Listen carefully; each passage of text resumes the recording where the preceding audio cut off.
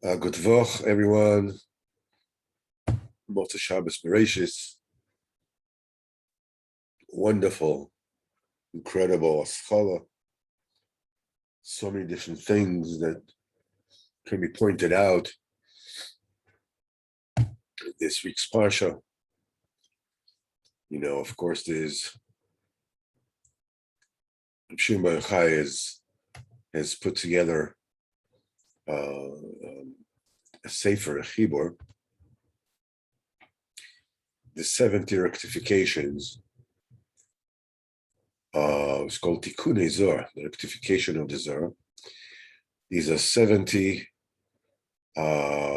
explanations on the first word of the Torah, Bereshis. Now, the Sefer HaZohar, in and on itself, it was given over by Reb Shimon bar Yochai, but it's not the Torah of Reb Shimon bar Yochai. It is the Torah that he got from Rabbi Akiva and, everything that he got before him. He revealed it. Tikkun Zohar is the Chidush Torah of Reb Shimon bar Yochai himself. And Rabbeinu says that the difference between the Zohar and the Tikkunim is heaven and earth. The Tikkun Zohar is way, way, way beyond.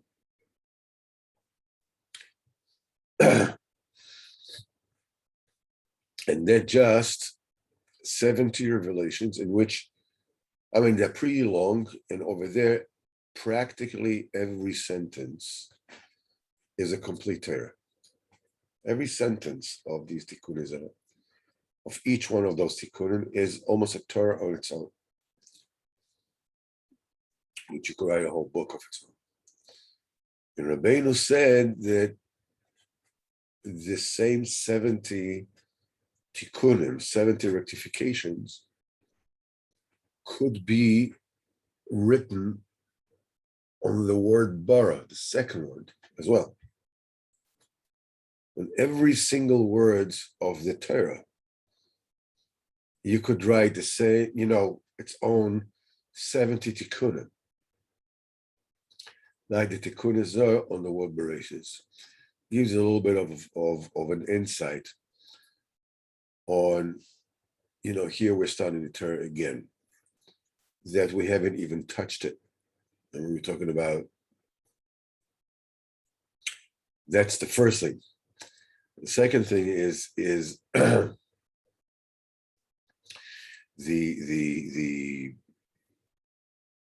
number one probably lesson that you can learn from the Torah Bereshis. They say, Shem, Rabbi Yomin Zev Cheshin, was my rabbi, my teacher, a holy tzaddik, and he said that the Yetzer Hara can fool you about every single aspect of the Torah, except one thing, except beginning all over again. That option is always, always open to you. The Torah doesn't have a reshus to get there. So it's a little stackless. Then, of course, there is the fact that it's not good that the man will be alone. I will make him, a wife that will be, assist against him. Many, many Pirushim. What does it mean as a kenegdoi? Because this is, a contradiction in terms. Ezra is to help and kenegdoi is against him. So Rashi on the spot says, then the woman is ke'eza, and she's helping him. If he's not zoicha, then it's kenegdoi. You can also understand it as the way that a woman helps the man ascertain what's real and what's dimyonis in his life is by being connected. We men are filled with butterflies in our heads. Man, it's like a great idea. I'm going to wake up. I'm going to do this. We're going to do that. We're going to turn over. From now on, whatever it is. And the woman says, over my dead body. And what do you mean? Himself, what happens is her resistance calls off and pairs off the demyonis part in the man's enthusiasm. And when she recognizes that you mean something and you really mean it, after a while she accepts it and she goes with it. So the kenegdoi is the ezer. Her resistance is the thing that purifies that mixture of fantasy and reality in your craving to get close to Kadosh Baruch Hu. And if you are quote unquote men enough to withstand the kenegdoi, whatever issue you are men enough to withstand in mimis akish and be insistent on, your wife recognizes this to be true. That's the truth. And then she becomes Ezra. Then she goes to get along. She said that's her job is to, expunge the nonsense of our brains. Well, this is a little bit about this week's parsha. Nosson, of course, says that Ish ve'isha, this is emes ve'emuna. It says they're absolutely one. That the emuna and the emuna is etzem me'atzmoisa of the emuna. It's the bone of the bones of the truth, and it's basar mibsari. It's a basar from the truth itself. But the truth itself, as it is so exalted, is so high that it cannot be absorbed at all by us. It has to be shrunken down so it can fit into our mental faculties. And that's the emunah. That's the emunah does. When you have a complete emunah, you see the truth flat out. Like you see it with your own eyes. Emunah enables you to see the truth. The truth without emunah means nothing because you can't see it. It's so exalted. It's so unfathomable that you don't have any faculties to receive it. Emunah without the truth is obviously nonsense because you can believe in all kinds of shtuyot. So the emes and the emunah are one keneged the other. They're one thing. Valken Yazov Odomis Aviv Imoy. That's why a man has to let go of his mother and his father. And Nosson says his mother and his father is of bechochmo ve'em labino. Leave the chochmas, leave the av lechochma, leave the trying to understand v'dobak be'ishtoi, and stick to the emunah. That will ascertain, will make you cling and become one, emes and the emunah, and you'll be able to give offsprings in asogas, in Yediyas Hashem, and in Madregas B'Kedusha, in all the ideas, the true ideas, the clean ideas that come from the marriage of the emes and the emunah, are actual nefoshos, actual neshamas. As Rabbeinu says in Torah Daled, all the Torah that a person learns, lishmo velasis, velikayim, every letter is sparks of neshamas, not to get off the subject. So, let's get down to the Maisa of the Baal Shem HaKadosh for this week. It's a very famous story. The story about a woman that had no children.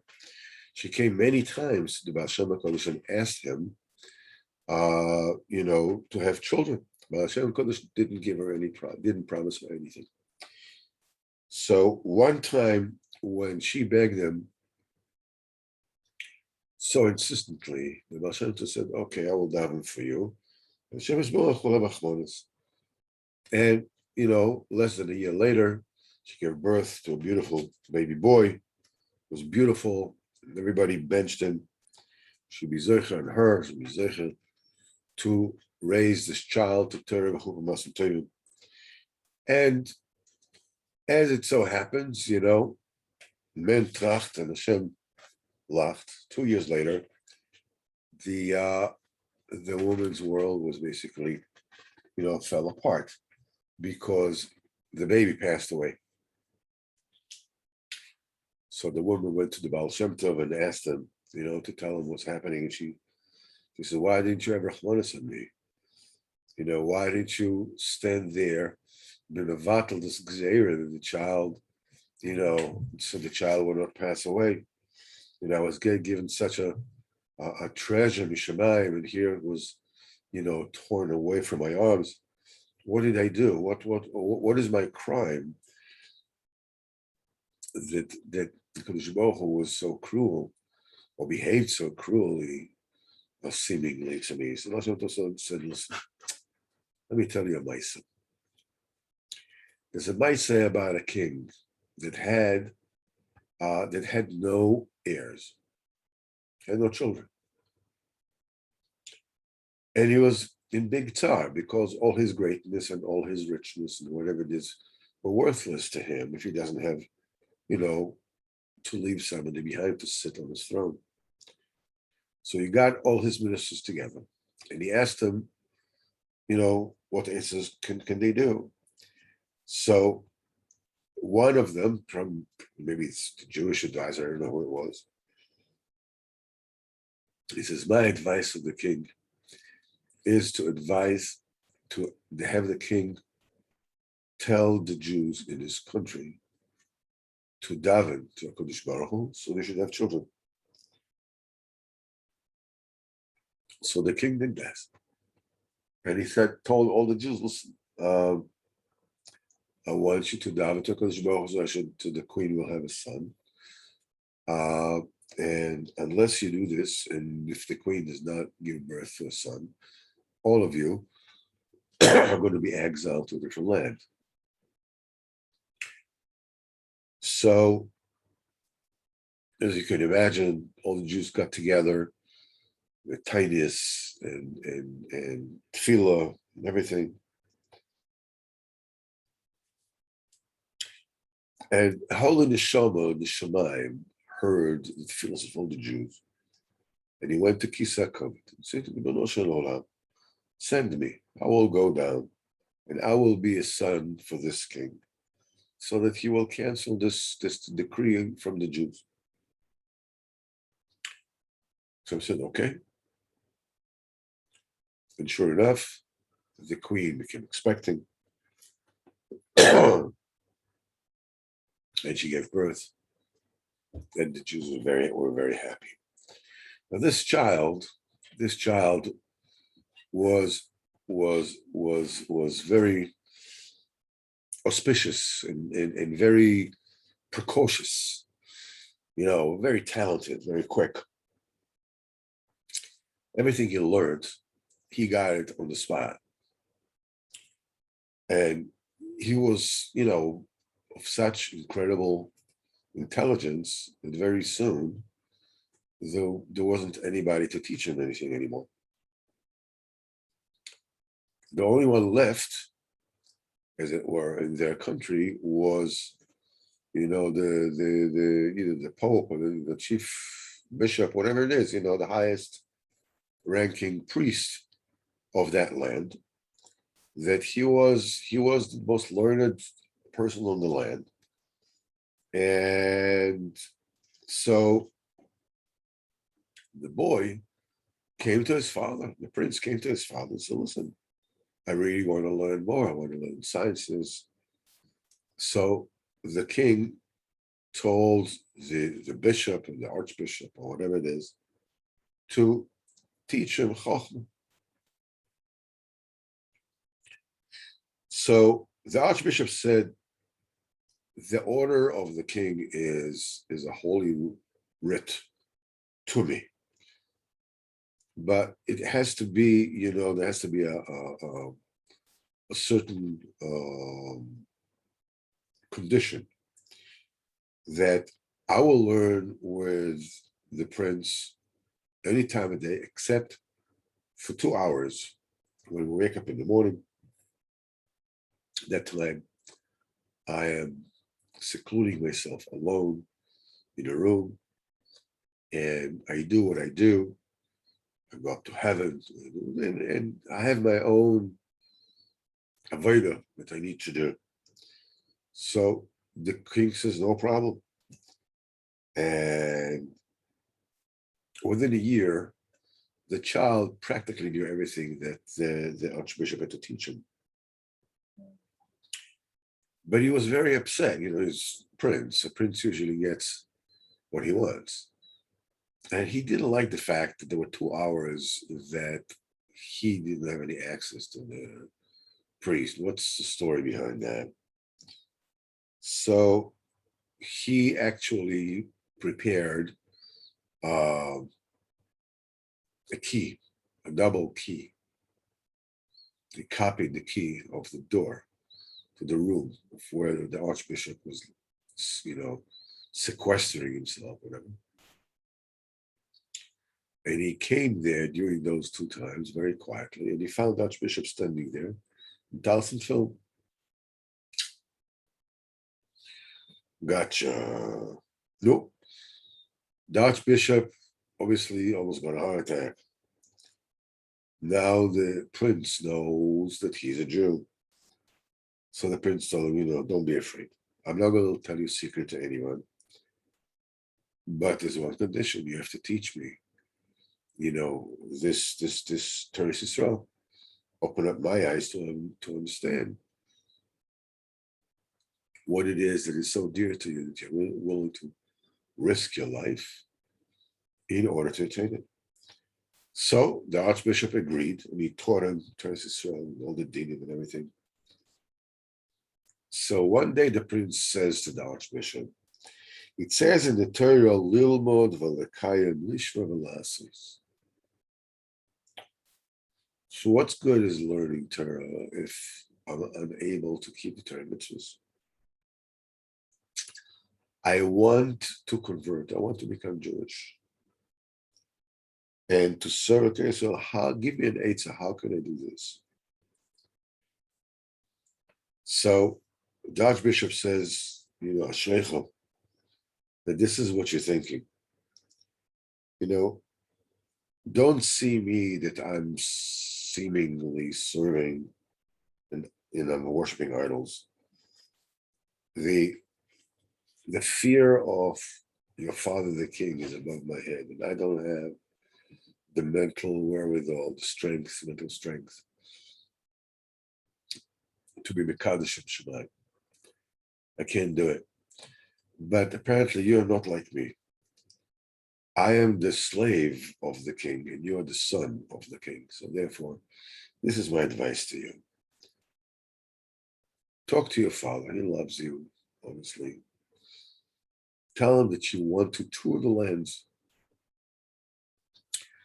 Like the Queen Elizabeth, before she became queen, she went to Australia, she went to South America, she went, different places. Tell them that you want to tour distant countries in order to acquire the Chochmah and Bina, and, from personal experience, firsthand. So this is what he did. As his father says, my son, you are a worthy son, you're a wise son. And what you want to do, I like it a lot. It shows that you understand what it takes to be a king, and he gave him a lot of money, and whatever it is that he needed for the road, wagon, horses, people with him. When the prince came to the border of the country, he ordered, the people that were with him to return and go back to the king, and he is going to find his own way by himself. Because it's to go around like a son of the king, won't be able to see what's really going on, because everybody will flatter me. Everybody will, they won't show me what's really going on. I want to go on my own. And then he went and he came to a town of Jews, and it was Megayah, and he became Jewish and settled on Torah. He got married until he passed away. He came to the Olam Ha'elyon, he came to the Shemayim, and there was a big noise in Beis Din Shel Ma'ala. What can you say? What can you categorically say? What kind of critique can you have about an neshama that its entire coming to this world was in order to save the Jews? The first opportunity that this neshama found out what was going on, he forewent all the riches and all the covet and left everything to become Jewish. What can you say? What can you say wrong about this neshama? But Samach man always gets a chanetz, so he has something that he can say. He says you can't get him into Gan Eden, because even though it's true, he was a big tzaddik, and everything he did was big mesilas nefesh. But he was born out of a goiter, and he breastfed a milk of a goiter until he became 2 years old. So that's why Beis Din Shel Ma'ala said that he has to come down again to this world, to be born to a Jewish lady, and to be breastfed by a kosher Jewish lady until he will be 2 years old. And then he can enter Gan Eden the way it's befitting to him. Baal Shem Tov told this woman, you are the one who was fortunate to be chosen, Mishamayim, to breastfeed this holy neshama for 2 years. That's not reason for you to cry. You should be rejoicing that Mishamayim, they saw fit to give this neshama to you. You should be b'simcha all the days. Atkan, the Sipurey Baal Shem Tov for tonight. It's a very, very, one of the more famous stories about the Baal Shem HaKadosh. So without further ado, let's take a quick look at Sichos Haran and see what Rabbeinu has to tell us B'ezrat Hashem this week. We have Sicha number 89.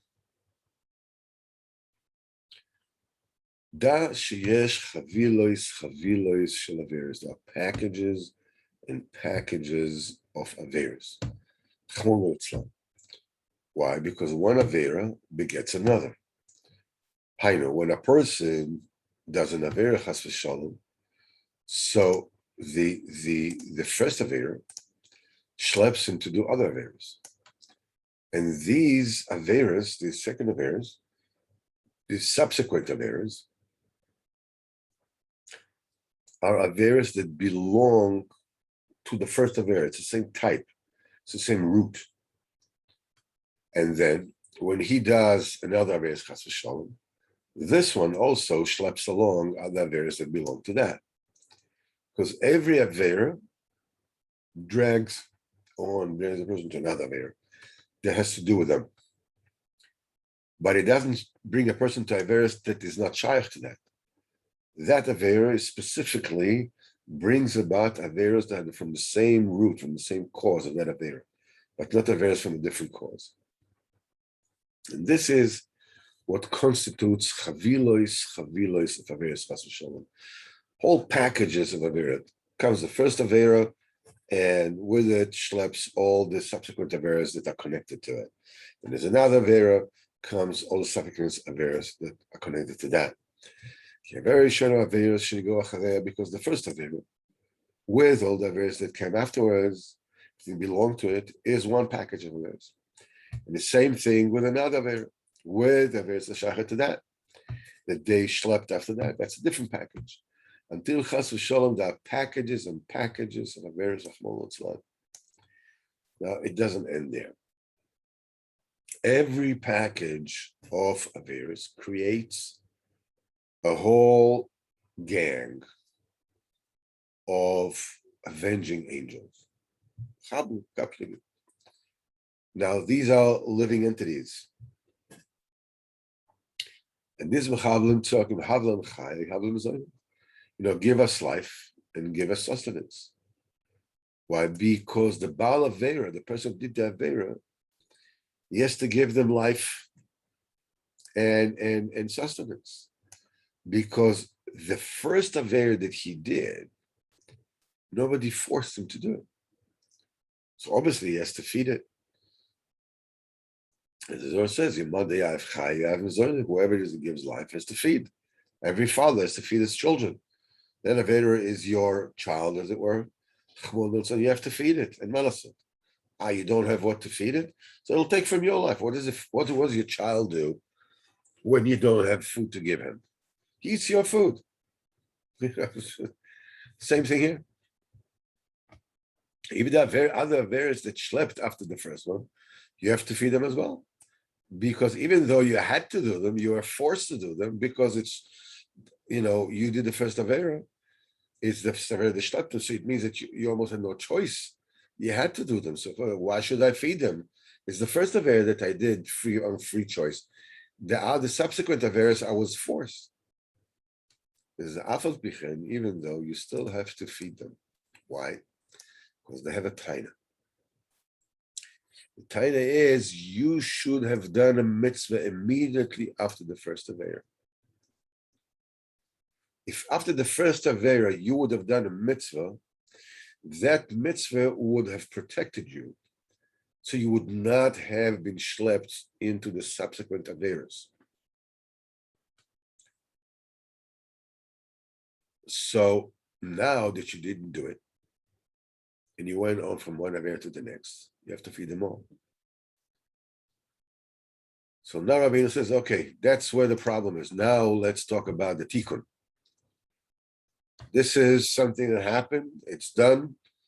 You're already, standing there with packages and packages and packages. What do you do now?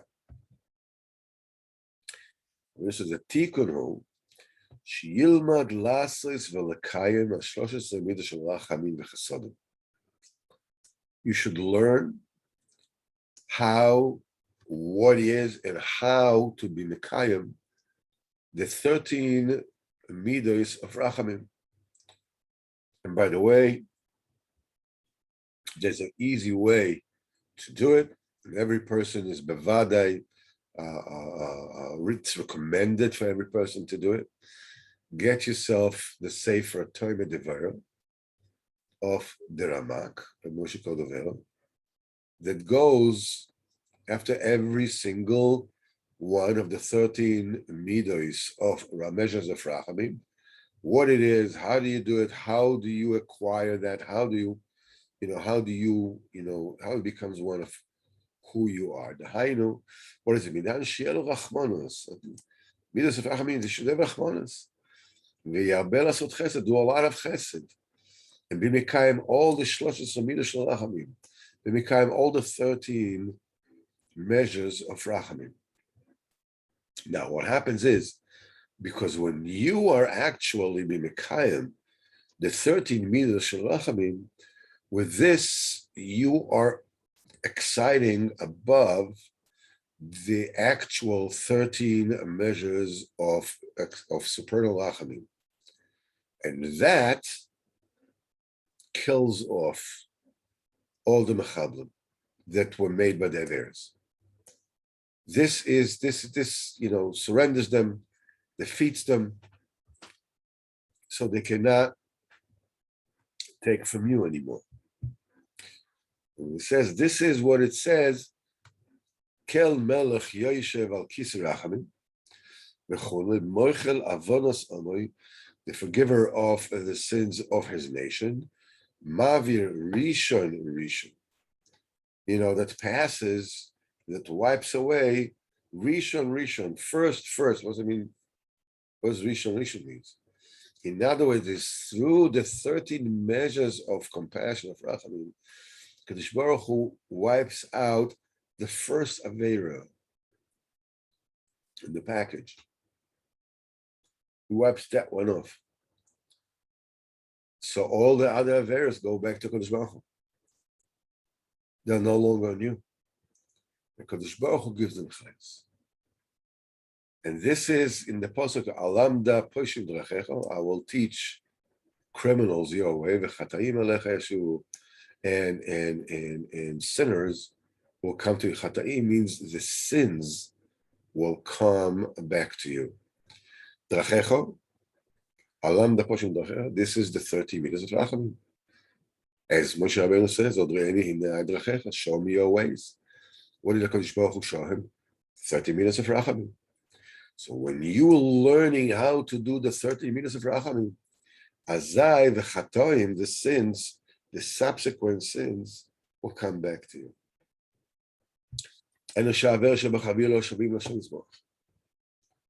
Okay. Now we know this is how it's done. The question is, Kadosh Baruch Hu has a bank of chayos to give Averis. How does this come about? So it says as follows: you should know that in the Sitra Achra, because what you did, what Kadosh Baruch Hu did, was you wiped off the Rishon, the first Aveira. So it's like it took off the locomotive, so the train remained, without a propelling force. So this has to be connected to another locomotive, another Rishon, another locomotive. Sitra Achra also has a Rishon, also has a first, also has a locomotive. What is that? B'chinas Edom. That's a b'china of Edom, Shenikra Rishon, which is called a Rishon. That's the locomotive of the Tumah. It says, Vayetze Rishon Admoinim. The first one came red. That's Rishon LaRishonim. This is the Rishon. He is the instigator of the first Aveir that you did supposedly out of your free choice. We'll talk about it a little bit later. But this is a very important principle to understand. Because supposedly it seems like Kadosh Baruch Hu is doing here, is playing favorites. Okay, you did whatever it is. You already did the Averis came to you, whatever. Then now they're hanging on you. Okay, so you learn 30 minutes Rachamim. Kadosh Baruch Hu does something special. You know what he does? He plays favorites. He takes off the Rishon over here.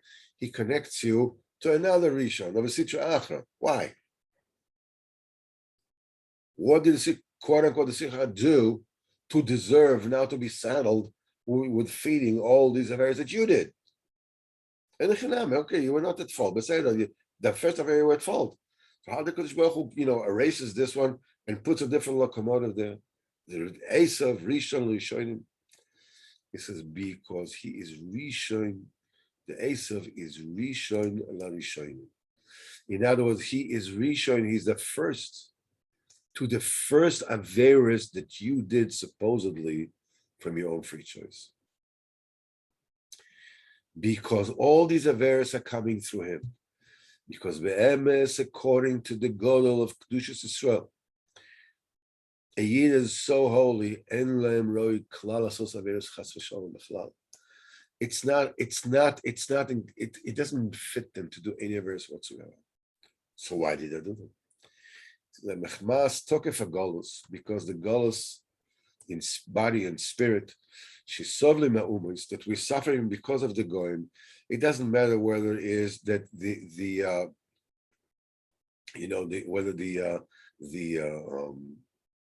it is a physical galus. It doesn't matter if it's a spiritual galus. It doesn't matter if it's the internet. It doesn't matter if it's their opinions and their culture, whatever it is. Almost they're missing anonymous. It doesn't. Missing anonymous can be taxes, the way it used to be in the feudal times, and it can be the PC, because otherwise, who knows, they're going to vote in the United Nations against you or whatever it is. And if you ever say a peeps about their disgusting moralities, you're considered to be, I don't know, like a slug, like a Nazi. I don't know. So being that they are the one that actually cause the initial will to do the Averis, they are the Rishon Rishonim. They are the first, the real first culprit that causes the first Avera. That's why Kadosh Baruch Hu puts the Averis on them. So okay, they have to feed it now. Bivchinas na'ovon al avoidon, give a sin on top of their sins. And the Kadosh Baruch Hu gives the Averis of Am Yisrael, and they get chiyas from them, from Esav. And all this is done through the Rachmanos that you are, that you have excited upon yourself with 13 measures of Rachamim. No. But poor people that don't have the midah of Rachmanis. Why? Because they exist in a state of din. You have to understand, we meet this concept many times in the Likutei Moharan. The way a person is has a Kabbalistic formula that applies to it. Like Rabbeinu says in Torah Vav, that when a person, before he does tshuva, that the Kabbalistic formula of Shem, Eke, Aleph, Ke, Yud, Ke, in a specific way of conjugating it, which is Aleph, Aleph, Ke, Yud, Yud, Ke. It's called Shem, Eke, B'Achorai. Altogether is Gematria Dam, 44. That automatically puts a person in a state of dam, a state of blood. What does it mean? Shfichas dam and bezyonis. He puts it in dinim. So a person says, I don't know what's happening to me. Why am I so being embarrassed, so being shamed, so and so forth and so on? The reason is because you are under you're typified, you are defined by a certain formula that means blood. And over there in Torah Vav, it says, okay, you can switch dam, which is bizyonis, to dom, being quiet when people mevaza you, when people degrade you, when people embarrass you. So there is a way, of how to flip it over and the tikkun. He says, poor people don't have a Rahmanis. Why? Because they're in a state of dinim. Tukpa the dinah. It was said about Shimon, I'll make them beggars. They are the ones who go about. And Shimon, as you know, he's the Gvuras. That Shimon and Levi, they are the ones who went, killed the Tata and Shem, whatever it is. When Yosef realized that he has to do something so his brothers won't turn against him and Chas v'Chalila kill him, so he separated Shimon from them. He imprisoned him. So now when Shimon, the Achzarius, is no longer there, so now, now the Gvuras and the Dinim were separated. We see about poor people, they're very cool. They don't have the midah of Rachmanis. Why? Because they themselves, they embody the tukva the dina. They embody the strength of the judgment. And they don't have Rachmanis when they judge. Why? Because they have no Rahmanas. The 13 meters of they don't have it. They cannot excite the 13 meters of supernal Rachamim. That's why it's okay. So what do they do? Okay, I'm poor. What now? What can I do now? The answer is, so I don't have 13 minutes of Rachamim, I don't have any money, I don't have the Rahmanas, I feel the anger and judgments come boiling up in me whenever it is that, so I'm unable to reach the 30 minutes of Rachamim. What do I do now? So we need another tikkun. And Rabbeinu gives it here. That's why you have to beg HaKadosh Baruch Hu for Rachamim. You ask for HaKadosh Baruch Hu that He Himself will enact the 13 measures of Rachamim by Himself and will pass over Rishon Rishon. Al tizkor lanu avodas rishonim. Don't remember to us the first Averis. Maher yekadmunu rachamechi kedolu meod. Quick, have your mercy speed up and come before us, before we're able to enact them. Because we're very poor, because we're beggars, because we exist in a state of tukva dedina. We ask that the Shbaruch should not remember the first Averis, first Chavera, and pass the first one in every package. And once HaKadosh Baruch Hu does that, automatically all the Averis in all the package go away. It's originally, as Rabbeinu says, the way that we should have done it, we really had to be Mekayim all the 30 minutes of Rachamim in order to enact, to bring about, to excite down and bring down the Ashpa of the primordial, the supernal 13 measures of Rachamim. But we can't. And that's how HaKadosh Baruch Hu would wipe away the first one of every package, and all the package will go away. Go to Esav to get it from him. But this is why we're begging the HaKadosh Baruch Hu says, listen, we can't do it because we're poor. We're poor, which means we are in a state of tukva dedina. We don't have the midas rachamim. We don't have the capacity to awaken the 13 measures rachamim. That's why we're spreading our hands in supplication before HaKadosh Baruch Hu, and we beg Him that He Himself should awaken the 13 measures of rachamim, because we can't do it, because we're very poor. Quickly, have your rachamim come before us, like a me'atzmecha, from yourself. Why? Because we're very poor. And through that,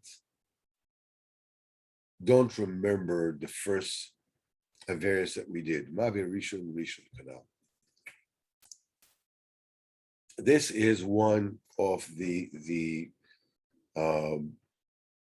fundamental teachings of Rabbeinu Nachman Bresson.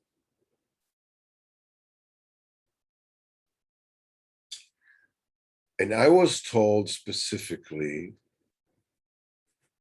by Moira Rabbi Reb Simcha Balev that you should know that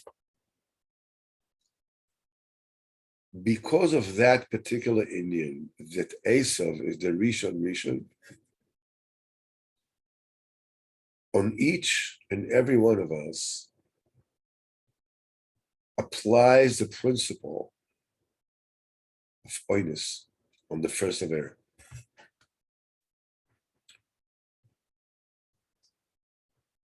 That means, there's a rule, there's a halacha. If a woman, lo aleinu, is taken by force by somebody,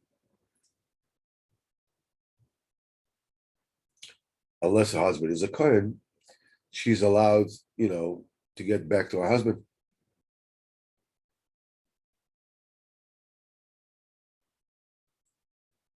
And that particular rule applies even if that person forced himself, lo aleinu, on her, and people came to save her, and she said, don't save me anymore. Let go. I want it. She's still allowed to get back to her husband. Huh? How come? The answer is that since the beginning of the Maisa was by force, was honest. She's honest throughout. She can't help it. She has a din of anusa from beginning to end. She's muter lebal.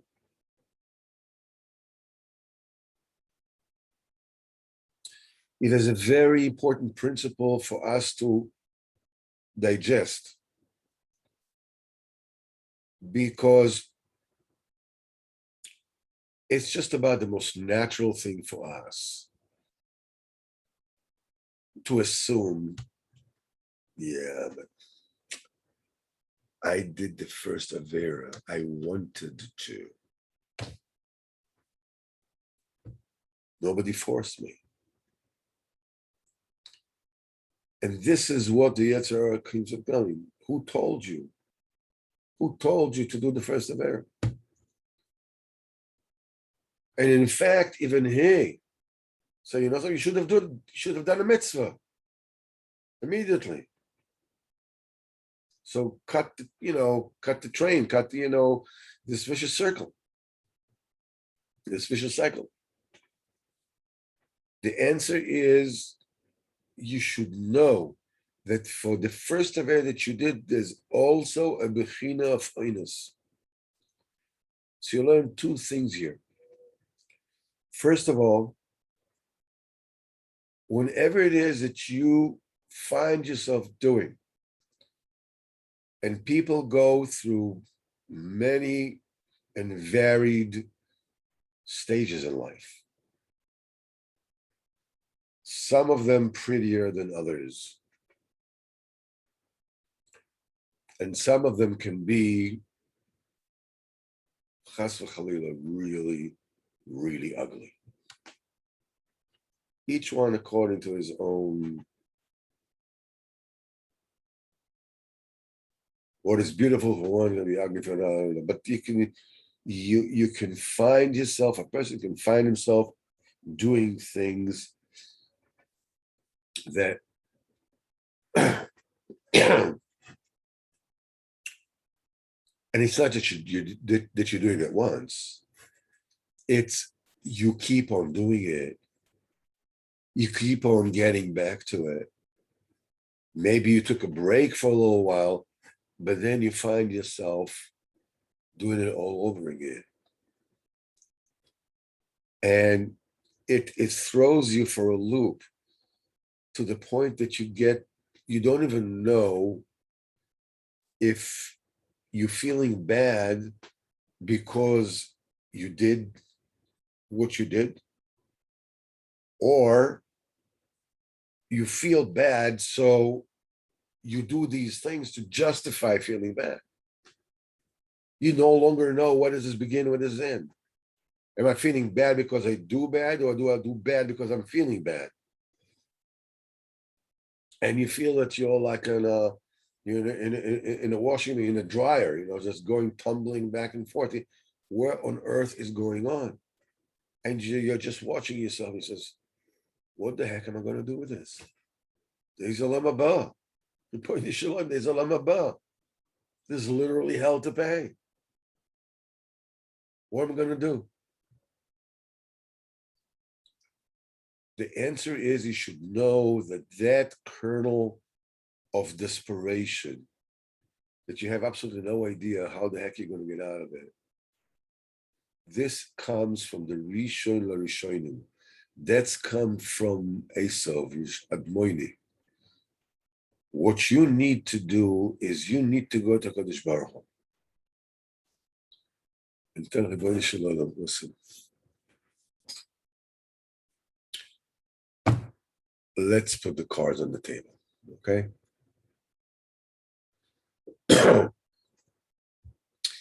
Let's take this whole Indian, whether I belong in Yehanan or Gan Eden or whatever it is. Let's just take this for a minute and put it aside. Let's just leave this alone. Let's take the question of whether I am a good person.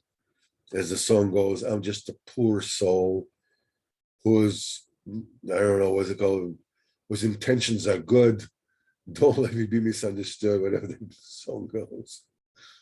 Or, man, it should be me, Eichmann, and Hitler, wiping hummus from a plate at the same time together. I don't know. I'm the worst of the worst. I'm the pits. I don't know. But let's take this question now and put it aside. It's not relevant for a minute. The thing is, I'm doing things and repeating them, and I can't stop. These are the things you don't want me to do. Regardless of I'm the best, I'm the worst, I don't know. What are we going to do about them? You tell me they're going to do. There's nothing I can do. I can't do. I keep on coming back to it like a dog keep on eating what it threw up. And I can't stop it. And the worse I feel, the more I do it. And the worse I feel. The worse I feel. How are we going to put an end to this? Do me a favor, just put an end to it. Forget about whether I'm good or bad or as hell or forget about that. How do I stop, transgressing what you want from me? Technically, let's just put it in. Let's just take care. Let's worry about the medals or, the dunce cap after everything is done. How do we do it? This is intrinsic in what Rabbeinu says, that sometimes you are in such a state of poverty, of tukba de dina, that you have no choice but to come to Kodesh Baruch Hu. You have to enact that certain meters of rachamim, certain measures of rachamim on your own. Because I just keep on going from one avera to the next. Whatever, I don't know if I'm the first, this is the first, this is the second, each one is the first, I don't know. I know, but it's too big of me. I can't handle this. It's beyond me. I'm begging you, get me out of it. This is what Rabbeinu's Sicha Pei Test number 89 teaches us. We have Baruch Hashem, a new year coming. But Shem, Kadosh Baruch Hu should bless us with this new year with an awareness, we have the koyach of the tzaddik with us. My son asked me today, Shudas, where is the koyach of the tzaddik? Where is the tzaddik in my life? I'm connected to tzaddik, where is it? So I told him, you're going around crying to Kadosh Baruch Hu to bring you closer. Do you think it's your koyach? Do you think it's who you are? That's the tzaddik inside you. That's the koyach of the tzaddik. That's the kesher to the tzaddik. That kind of drive inside you. I want to get closer. I want to do what the Kadosh Baruch Hu wants me to do. And you're not just saying, something, you just call out for a nice, pack of sushi and just call the whole thing off. It's like that drive, that's non-stop drive, and all the tikkunim, and all we do whatever tshuva we can, and the tzaddik does whatever it is he needs to do. It's not stam. The entire ches, the first chelik of Haran, when Rabbeinu speaks about the Ruach Chaim that the tzaddik gives to the people that are connected to him, and in their in his battle against Sitra Achra, and their battle against Sitra Achra, Rabbeinu uses the 13 meters of Rachamim. Hashem, Kel, Rochon, V'chonun, Rav Chesed, Ve'emes, Nosei Chesed, La'alofim. It's all described in the role of the tzaddik. First of all, you have the tzaddik on your side. And with the tzaddik with you, you can always begin again, as our Hashem said. Start again right now. Look, let's be open. This year, we're going to do fabulous things. Each and every one of us. Bezat Hashem. Bezat Hashem will see Mashiach quicker nowadays. But it stands to reason, as we advance in Avodas Hashem, that there will be challenges, let's say in a polite way, okay? And for all the challenges, we can always run to Tati and say, I don't get me. I totally don't get myself.